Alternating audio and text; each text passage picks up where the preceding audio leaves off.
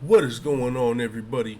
It's your boy Fulltime MMA, and we are here today to break down and give our predictions for arguably the best fight card of the year, UFC 280, which is going to be headlined by a lightweight title fight between Charles Oliveira and Islam Makhachev, co-headlined by a bantamweight title fight between our boy Aljamain Sterling taking on the former bantamweight champion TJ Dillashaw. And then of course we've got Petr, former UFC bantamweight champion, taking on our boy Sugar Sean O'Malley. We've also got Beneil Dariush taking on Matuesz Gamrot, and the blonde fighter Katlyn Chookagian taking on France's own Manon Fiorot. With that being said, we're going to get into our breakdown and predictions, but before we do, make sure you hit the thumbs up button, the subscribe button, and the notification bell. Don't be a baby back bagel biting beta male, because you know what time it is. It's full-time MMA. That's right. UFC 280 is going to be headlined by Charles Oliveira du Bronx taking on Islam Makhachev, aka Khabib's protege. Khabib retired. Islam is here to take his place, or so Khabib says. But we've got Charles Oliveira, who has been counted out time and time again, the should-be reigning UFC lightweight champion, but he missed weight, which disqualified him from winning the championship in his last fight, despite being the champion who should have been defending his belt. Now he's here to reclaim his title against a very dominant Sambo grappling fighter, Islam Makhachev. In this main event, we have Jiu-Jitsu versus Sambo. Which will reign supreme? Charles Oliveira has been doing everything he can to put Jiu-Jitsu back on the map, but Charles Oliveira is more than Jiu-Jitsu. Charles Oliveira is well-rounded. Charles Oliveira is one of the best lightweights in the world and a future Hall of Famer and legend of the sport. Islam Makhachev has a lot to prove, and he can do so if he's able to dethrone Charles Oliveira. Will it happen? It might. It's possible. But I'm going to be picking Charles Oliveira to win. I've picked against Charles Oliveira more than one time, and every time he has came and upset me. This will not be that time. Now, like I said, Islam Makhachev has a lot to prove. He's clearly fights and trains with one of the best fighters, if not the greatest fighter of all time, Khabib Nurmagomedov. This is not a give-me fight for Charles Oliveira by any means, but I do believe he will have the better striking, and if it does get down to the grappling, which this fight you would generally expect to be a grappling fight, Islam Makhachev's path to victory is to hold Charles Oliveira down and prevent him from submitting him, prevent him from outstriking him. Makhachev does have a path to victory, but I believe Charles Oliveira has more paths to victory. He can win this fight if it stays standing up. He's got clearly solid offensive, defensive wrestling. He's got phenomenal offensive, defensive jiu-jitsu, the striking. Charles Oliveira is the full package, and so therefore I'm going to pick him to win. It's going to be a close fight. It's going to be a great fight to watch, and I can't wait for it, but I am taking du Bronx Charles Oliveira. Next, we've got Aljamain, the Funk Master Sterling, taking on TJ Dillashaw, TJ Killashaw, the Snake. Yeah, motherfucker. TJ Dillashaw coming back after a controversial split decision win and a PED suspension. He was out for about 18 months on his PED suspension. He came back and fought a controversial split decision win versus Corey Sandhagen. A lot of people thought Corey Sandhagen won that fight, but the judges thought TJ Dillashaw won the fight, and the judges are who matters. TJ Dillashaw is now in a title fight with Aljamain, the Funk Master Sterling, our boy. That's still my boy. That's still my boy. Let's fucking go. We interviewed Aljamain Sterling a few years ago, and in the interview, go back and run it back, I said he was one of the best bantamweights, if not the best bantamweight in the world. He's never arguably lost a fight, 2 split decisions, and we know the judges smoke crack before half of the fights. They get these split decisions wrong all the time. They fucking miss clear decisions, let alone close decisions. So we ain't counting those split decisions. And Marlon Moraes admitted it was an accident when he knocked out Aljamain Sterling. He said, I wanted to throw a body kick. I didn't expect to knock him out at all. Aljamain just so happened to duck into it. So the only 3 losses on Aljamain Sterling's record, 2 split decisions by crack-smoking judges and 1 accidental knockout. The rest, Aljamain Sterling is the UFC's bantamweight champion. Now, I will throw in this caveat. Since we're going to take away those split decisions, then we got to take away his first win against Petr Yan, when Petr Yan was kind of putting it on our boy Aljamain Sterling until that illegal knee. So, Aljo's, regardless, he's one of, if not the best bantamweight in the world, and the bantamweight division is arguably, and it's a very good argument, the most competitive division in the UFC, with the most talented, experienced UFC fighters. The bantamweight division right now is arguably the most competitive division, and Aljamain Sterling is at the top of that division, which, as much as people want to hate him because he's FBA, see what I did there? As much as people want to hate on Aljamain Sterling because you don't have a country behind him, whatever the fucking reason you want to fucking hate on him for, oh, he's boring. That's what they say about all the FBAs. I did it again. Oh, let's go fucking Aljamain Sterling. We ain't fucking around. Aljamain Sterling is arguably the best bantamweight on the planet. TJ Dillashaw. All right, guys. The fight, I'm taking Aljamain Sterling. I mean, TJ Dillashaw, they've got common opponents. Aljamain Sterling dominated Corey Sandhagen. TJ Dillashaw arguably lost to Corey Sandhagen. Aljamain Sterling has been fighting the toughest bantamweights he could fight pretty much throughout his entire UFC tenure, fighting ranked opponents, tough matchup, other wrestlers, and he's been coming out on top or extremely close in the split decisions. He has not had that easy path, the politic path, the country behind you path, where you get to skip through the rankings. No, he's been fighting tough fight after tough fight, like the Max Holloways of the world, like the Tony Fergusons of the world, like the Kamaru Usmans of the world, like a lot of these guys that had to literally go on huge win streaks to earn their title shot because the UFC was not going to give it to them any other way. They had to keep winning win after win after win until they could not be denied, and that's how Aljamain Sterling won his title shot. Now he's taking on TJ Dillashaw, who's coming off of a USADA suspension on top of an questionable split decision. So it's going to be extremely tough for TJ Dillashaw to win this fight. Aljamain Sterling, I believe he's got every tool he needs. I believe he's more well-rounded in this fight. Both of these guys are extremely well-rounded. I mean, it's not like TJ Dillashaw.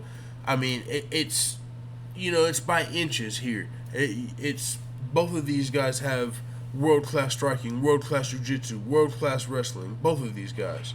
But I believe Aljamain Sterling's is just a slight bit better, especially if both of these guys are clean. If USADA's really got a magnifying glass on TJ Dillashaw's ass like they should because of his past, then Aljamain Sterling should win this fight. I truly do believe Aljamain Sterling is one of the guys that fights clean. He's got the work ethic and the genetics to just be one of the best fighters in the world. And with that being said, it's going to take a cheater to beat him. And other than that, Aljamain's going to be reigning on top. Former full-time MMA motherfucking interviewee, current UFC bantamweight champion, our dog, Aljamain Sterling. I'm picking him to win. Let's go. Alright, moving on. Speaking of former full-time MMA interviewee, we got our motherfucking dog, Sugar Sean O'Malley, taking on Petr Yan at UFC 280.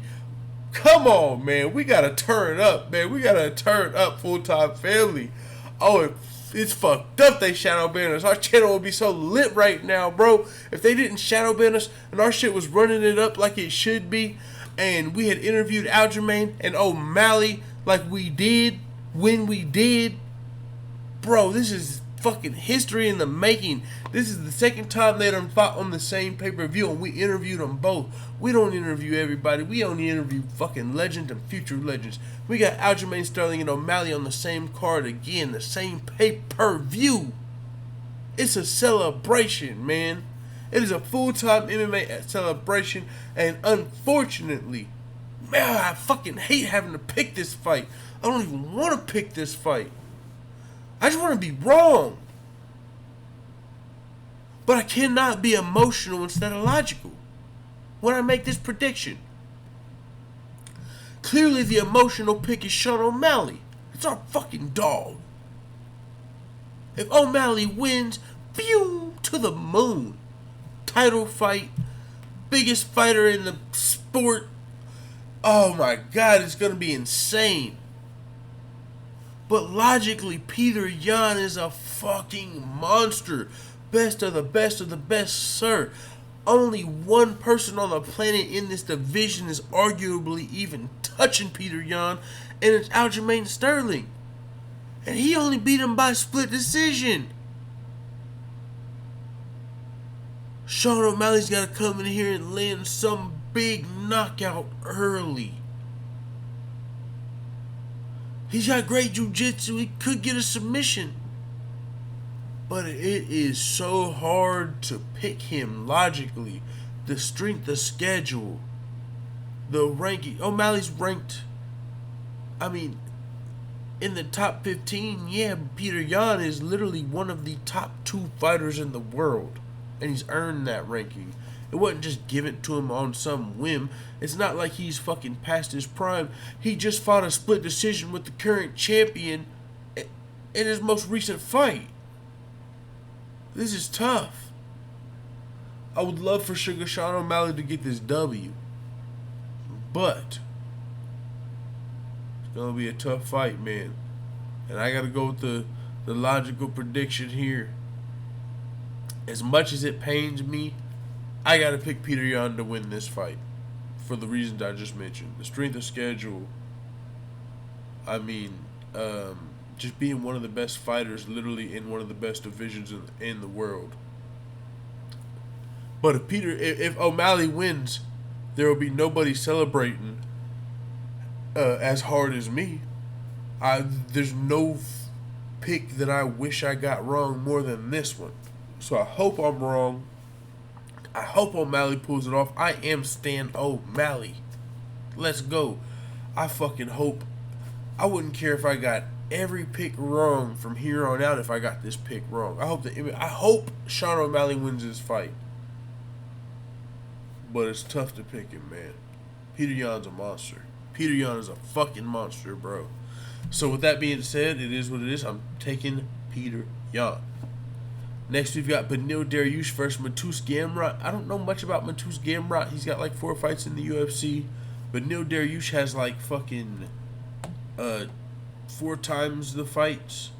Beneil Dariush is currently riding a 7-fight win streak, coming off of a unanimous decision win over former UFC interim lightweight champion Tony Ferguson. Beneil Dariush has been fighting pretty solid competition throughout his entire UFC tenure, going 15-4-1 with the promotion. So, this will be his 21st fight with the promotion. Matuesz Gamrot is only 4-1 in the UFC, so he's got 5 fights. And but before entering the UFC, he was fighting guys with really good records, including a couple of former respectable UFC fighters. Gamrot fought for Poland's premier fighting promotion, KSW. He wasn't fighting cans before entering the UFC by no means. So I originally thought I might be picking Gamrot to win because the odds makers are picking Gamrot to win. He's fighting legit competition. He's had better performances against common opponents. And also Gamrot's training with American Top Team, which is one of the best fight teams in the world. So this is really like a toss-up for me. The odds makers are picking Gamrot. I understand why, but I've got to go with Beneil, man. Beneil's earned my respect. Beneil has fought 20 fights with the UFC, the top promotion in the world. Gamrot, like I said, he was not fighting cans, but Dariush is well-rounded. He can knock you out. He can submit you. He can beat you via decision. He's been fighting tough competition his entire career. He's been scheduled to face Oliveira and Makhachev. Both fights were canceled. Well, that's one of the things I am worried about. His last fight, he was scheduled to face Makhachev, and he pulled out. He broke his fibula, I believe, and he had an ankle injury. And so he's recovering from a pretty significant injury, which does worry me for Beneil Dariush. But if he's coming into this fight healthy, which I believe he is, the fact that he's taking a training camp and he's taking a fight, if he's healthy for this fight, I believe Beneil Dariush definitely has what it takes to win this fight and move to an 8-fight winning streak and potentially get the next title shot. But he's got a tough challenge ahead of him taking on Gamrot coming off of this injury. So I'm rooting for Beneil. Let's go Beneil Dariush. Next, we've got Katlyn Chookagian, the blonde fighter, taking on France's own Manon Fiorot, the beast. Katlyn Chookagian's 11-1 in the UFC, 11-4 in the UFC. She's currently riding a 4-fight win streak over legit competition. Cynthia Calvillo, Viviane Araujo, Jennifer Maia, and Amanda Ribas. Manon Fiorot has a lot less UFC experience. She's only 4-0, but she has showcased that she's more than an elite striker. And in her most recent win against Jennifer Maia, where she utilized some of her slick trips and showcased her grappling ability en route to a unanimous decision. So Manon Fiorot is very well rounded. She could very well win this fight, and the odds makers actually have Fiorot as a 2-1 favorite, and they do a lot more research than me. So I think Fiorot's got a good chance of winning this fight, but for me, Chookagian's only lost to current and former UFC champions and title contenders in her last 13 fights. Chookagian is 10-3 in her last 13 fights. She's only lost to Jessica Andrade, and I believe Shevchenko. So 2 former champions and a former title challenger. So the only people that have beat her. So for Fiorot to come in here and get this win, it is a really good challenge for Fiorot. If she wins this fight, she's likely one fight, if not the next fight, away from a title fight. But Chookagian definitely should have the skills to beat Fiorot. Now, Fiorot is well-rounded. She might utilize her grappling. She might be a slightly better grappler. It's going to be a really close fight. Like I said, the odds makers do actually have Fiorot winning, but I put a lot of stock into Chookagian's UFC experience and the girl she's beat, the girl she's lost to. Fiorot hasn't shown near enough to prove she is a title challenger yet. To prove that she is on the level of Jessica Andrade or Valentina Shevchenko or even Jessica I. So if she wins this fight here, this will be her proving grounds. It's very possible, but I am going to be taking Katlyn Chookagian to win. Probably my least confident pick on the card, but hey, it is what it is. So I got Charles Oliveira, I got Aljamain Sterling, I got Petr Yan, I got Beneil Dariush, and I got Katlyn Chookagian at UFC 280. I want to know who you got in the comments. Type down below. And with that being said, it is what it is. Let the full-time family know who you got. I'm out.